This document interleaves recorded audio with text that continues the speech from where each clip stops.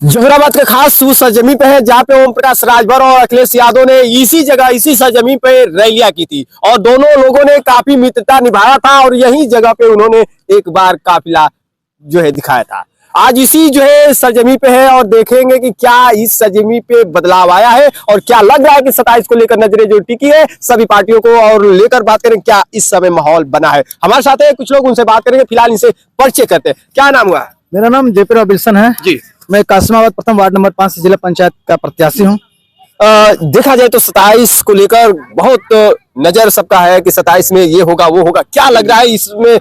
विधायक की तरफ देखा जाए एक बार तो ओम प्रकाश राजभर जी दूसरे कार्यकाल में है, जबकि इससे पहले कालीचरण राजभर जी थे, सदा फातिमा जी थी और तमाम इस तरह से विधायक आए। लेकिन अब क्या है 27 को लेकर नजरें किस तरफ है? देखिए 27 में मैं बहुजन समाज पार्टी का कार्यकर्ता होने के नाते मैं बता देना चाहता हूँ कि उत्तर प्रदेश की जनता अब समझ चुकी है कि ये प्रदेश किसके हाथों में सुरक्षित रहने वाला है। क्योंकि जो 15 साल की मार जनता ने झेली है, शिक्षा, रोजगार, स्वास्थ्य, सब कुछ की जो मार झेली है जनता, अब जनता को पता हो गया है कि 27 में बहन जी की सरकार बनने वाली है। क्योंकि उदाहरण में मैं 6 नवंबर को जो रैली आप देखे थे माननीय रत्नसिंह श्री कांशीराम साहब के महापरिनिर्वाण दिवस के दिन पे जो लखनऊ में आप देखे थे 9 अक्टूबर को, वो साबित कर दिया है कि अब उत्तर प्रदेश में 27 में बहन जी की सरकार बनने। अच्छा ये बताइए जोहराबाद में, हाँ हम लोग जोहराबाद की बात करेंगे। सीटें जो जोहराबाद की है इस सीट को लेकर करेंगे, कैसा है माहौल जोहराबाद में? क्या होगा, बदलाव या फिर वही? जोहराबाद में बदलाव तय है। क्या आप लोग चाहते हैं कि 27 में ये जो सीट है जो कि सुभाषपा के जो मुखिया ओम प्रकाश राजभर जी है, क्या वो सीट किसके कब्जे में जाने वाली है? देखिए सीट हमेशा बसपा के कब्जे में रही है जी। एक तरफ देखा जाए तो सपा के जो है कैंडिडेट एक तरफ अपने खेमे में लाने की बात कर रहे हैं, आप जो है बसपा की बात कर रहे हैं। क्या देखा जाए, क्या खींचातानी लगा? सही करे, खींचातानी गठबंधन की थी। पिछली बार गठबंधन हुआ, सपा के पाले में चला गया। अब गठबंधन नहीं रहा, कांग्रेस से भी सपा का गठबंधन चला गया। तो मैं इस हिसाब से कह रहा हूँ ये सीट जोहराबाद के हमेशा बसपा के पाले में रही है और इस बार भी बसपा के पाले में रही। एक तरफ देखा जाए तो ओम प्रकाश राजभर जी कहीं ना कहीं चर्चा करते आ रहे हैं और सुप्रीमो मायावती जी का कहीं ना कहीं लग रहा है कि उनसे भी बात बन जाए तो कहीं ना कहीं आप लोग भी ये सीटों को लेकर तय करेंगे कि यही सीट ओम प्रकाश जी के खेमे में आ सकती है। जी आप सही कह रहे हैं। ये तो राजनीति का मैटर है, ये खेला भी हो सकता है। इस खेला से कहीं ना कहीं लग सकता है कि इस बार भी वो सीटें जो है कहीं ना कहीं अपने जो है कब्जे में रख ले। जी ये राजनीति है, इसमें कुछ भी कहना असंभव बात नहीं है, हो सकता है। लेकिन मैं आपको बता देना चाहता हूं कि जो श्री माननीय ओम प्रकाश राजभर जी हैं वो भी बहुजन समाज पार्टी से ही निकल कर गए हैं और उनको अच्छे से पता है कि मैं किसकी बड़ाई करूंगा, मैं किसके साथ चलूंगा तो मैं सुरक्षित रहूंगा। तो वो अच्छी तरह से जानते हैं और इसी नर्सरी से हैं तो उनको पता चल गया कि 27 में बसपा की सरकार बनने जा रही है। मैं उसी गाड़ी पर सवार हूंगा और उनको तो जानते हैं कि उसी गाड़ी पर चढ़ते हैं जो गाड़ी हमेशा आगे निकलती है। 27 में देखा जाए तो जोहराबाद में जिस तरह से जो गठबंधन की बात किया जाए तो यहाँ जो है तय है कि बसपा के अलावा दूसरा पार्टी से गठबंधन की कोई जो है गुंजाइश नहीं है। बहुजन समाज पार्टी एकमात्र वो रास्ता है। जी बहुजन समाज पार्टी सबको पता चल गया है कि मात्र बहुजन समाज पार्टी ऐसी पार्टी है जो न्याय, कानून और जो शिक्षा, स्वास्थ्य की जो बात करती है यहाँ दिला सकती है। और सबको पता चल गया कि 27 में बहुजन समाज पार्टी आने वाली है। तो छोटे छोटे नेताओं को देखना जो आलाप लगाना शुरू कर दिए हैं वो यही रीजन है। और सबसे बड़ी बात बहुजन समाज पार्टी की ये रही है कि जब बहुजन समाज पार्टी की सरकार थी तो उसमें सभी जाति के लोग सुरक्षित थे, विशेष करके मुस्लिम समुदाय के लोगों के लिए बहन कुमारी मायावती जी ने जो काम कर दिया वो आज तक किसी पार्टी ने नहीं किया है। आप भी यही से है चाचा जी, जो कि कार्यक्रम जब लगा था तो आप लोग देखे थे, ये कार्यक्रम बहुत चर्चित बना था इस फील्ड में। कई बार में चर्चा कर सकना। जोहराबाद की सीट क्या लग रही है? देखे तो वही तक ओम प्रकाश राजभर जी 2 बार मौका दिए अपन सब ढोली बजावत बटे मौका के बाद अब सामने जाना है तो देखल जाए। क्या लग रहा है कि इस बार बदलाव होगा कि नहीं? बदलाव तो होना चाहिए क्योंकि 2 बार जो है मौका दिया गया है, तीसरी बार जो है लेकिन अभी नहीं कहे कि कौन ये तो भविष्य में तय होगा। लेकिन बदलाव जो है पहले खुलासा किया जा रहा है कि बदलाव तय है, बदलाव होना चाहिए भाई। ये देखिए जोहराबाद की सीटें जो कि कहा जा रहा है कि ये सीटें को लेकर कि आगामी 27 में जिस तरह से बदलाव की पूरी जो है कयास लगाई जा रही है, जो भी पार्टी अपने खेमे में लाए, अपनी मेहनत से लाए, लेकिन कहीं ना कहीं बदलाव पूरा जो है यहाँ पे 100% तय हो चुका है। ये खुलासे भी हो चुके हैं कि ये जोहराबाद की सीट कहीं ना कहीं 27 में बदल जाएगी।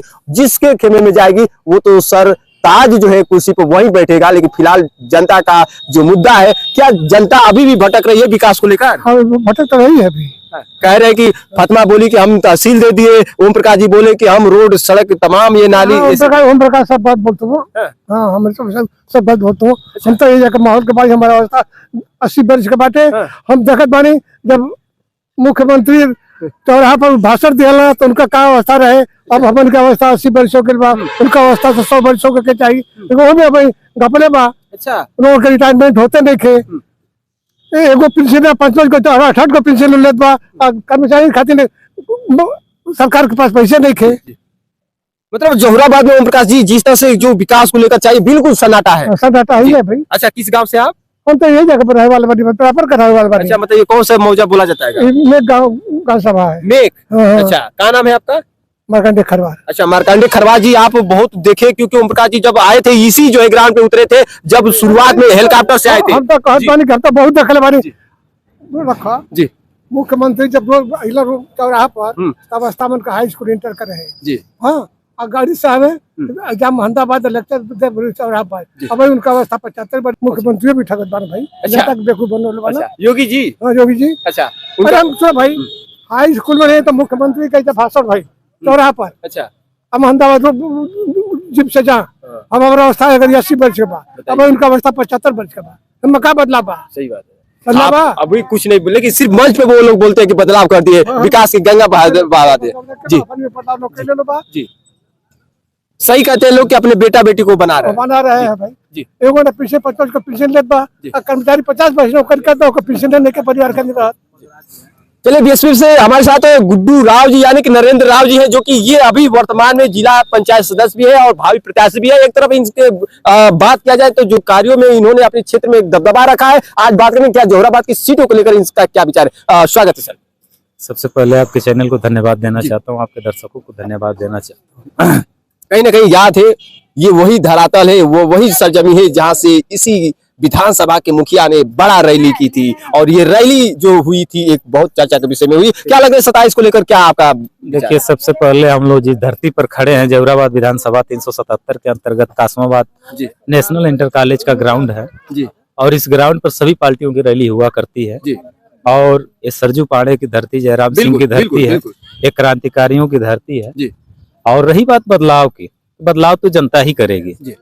अब स्थिति परिस्थिति क्या होगी एक गर्त में है 2027 में है। गठबंधन की योजनाबद्ध तरीके से राजनीति हो रही है, कहीं ना कहीं गठबंधन की व्यवस्थाएं चल रही है और ये कहिए तो जोहराबाद विधानसभा सुपर विधानसभा क्षेत्र है और बसपा के लिए सुपर विधानसभा रहा है क्योंकि दलितों और पिछड़ों का सबसे बड़ा वोट बैंक यहाँ सबसे ज्यादा राजभर का और शुद्ध रूप से दलितों का वोट यहाँ है। दलितों का 1 लाख प्लस वोट पड़ता है यहाँ। लेकिन सपा अपने पक्ष में ये काउंट कर रही है जबकि सुभाषपा अपनी पक्ष में ये दलित जो वोटर है इनको अपने पक्ष में करे ऐसा क्यों? क्या दलित का जो वोट है बैंक जो बीएसपी का जो पार्टी के जो खेमे में चाहिए क्या इस समय वो चीज लुप्त नजर आ रहा है? सबसे पहले मैं बता देना चाहता हूँ आपको कि इस समाजवादी पार्टी की पहली बार विधायक अगर किसी ने हुआ तो माननीय सदा फातिमा जी हुई। पहली बार सपा का अगर कोई प्रत्याशी जीता तो सदा फातिमा जी ने यहाँ धरातल पे कुछ खारा काम करके दिखाई। दल की बात नहीं मैं दिल की बात कर रहा हूँ।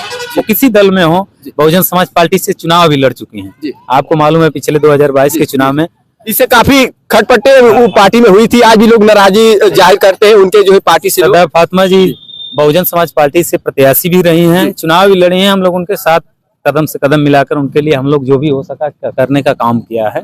और रही बात वो किसी भी दल में हो लेकिन कहीं ना कहीं आज जो तहसील का निर्माण हुआ है उनके प्रयास से हुआ है तो जो अच्छा काम करेगा उसकी प्रशंसा करनी चाहिए। जो राजनीति अलग जगह पर है अगर जो अच्छा काम कर रहा है तो उसकी प्रशंसा होनी चाहिए। एक तरफ देखा जाए तो ओम प्रकाश राजभर जी सुप्रीमो बान मायावती जी के रैलियों को लेकर तारीफ करते नजर आए। क्या लग रहा है कि 27 में कहीं ना कहीं आप लोग से दोस्ताना कर लें और आप लोग विवश होकर फिर इनको मौका दे दे? देखिए ये बहुत बड़ी बात है और ये हम उसके लिए अथराइज नहीं है कि मैं बता सकता हूँ। देखिए यहाँ विकास को लेकर क्या लग रहा है कि कैंडिडेट किस हिसाब से होना चाहिए? कैंडिडेट की तरफ नजर रखा जाए तो देखिए विकास की जहाँ तक बात है तो विकास सरकार पर भी निर्भर करती है। विधायक बस बन जाने से विकास नहीं सब लोग कर पाते हैं। विधायक बहुत हुए बहुत आए और गए लेकिन सरकार की अगर मंशा है कि जोहराबाद विधानसभा में अगर विकास होगा तो विकास होगा। कहीं ना कहीं हमारा मुख्यमंत्री उस हिसाब से होना चाहिए कि विकास हो सके। अगर विधायक ही बनकर अगर प्रदेश सरकार इस क्षेत्र के लिए उचित धन मुहैया न कराए तो विकास नहीं हो सकता है। कहीं ना कहीं आज वर्तमान समय में जो हमारे मंत्री जी हैं वो चाहे तो विकास की गंगा बहा सकते हैं। जी। जो पावर में है, जो प्रेजेंट टाइम में मंत्री भी हैं, सरकार में भी हैं, वो चाहे तो उनको बहुत सुनहरा अवसर है। जो राजभर समाज से बिलोंग करते हैं, अपने समाज के लोगों के लिए चाहे तो बहुत सी योजनाओं में लाभ पहुंचा सकते हैं। लेकिन अगर अपने बच्चे और बच्चियों के ही विकास के लिए बारे में अगर मंत्री और विधायक बनना है तो अलग विषय है। लेकिन आज सुनहरा मौसम, आज सुनहरा कह लीजिए उनको अवसर मिला हुआ है कि राजभर समाज के बेटे को भी राजनीति में आगे बढ़ा सकते हैं। चलिए हम ये बात करेंगे, क्या दलित वोट बैंक किस तरफ जाएगा? क्या लग रहा है कि सुभाषपा के खेमे में या फिर सपा के खेमे में ये दो जो है दल इस समय सामने नजर आ रहे हैं, जबकि जो है दोनों की चर्चाएं भी चल रही है। देखिए, दलित ही नहीं, पिछड़ा भी समाज बड़ी उम्मीद के साथ ये नजर गड़ाया हुआ है कि हम लोगों ने वर्तमान समय की सरकार जो चल रही है उसको भी देख ही रहे हैं, पूर्व में जो सरकार चली उसको भी देख ही रहे हैं। कहीं ना कहीं ओनली फॉर वन बीएसपी एक ऐसा प्लेटफार्म बचा है कि आने वाले समय में अगर बसपा की सरकार बनती है तो इस प्रदेश का पुनः विकास होने का कार्य होगा।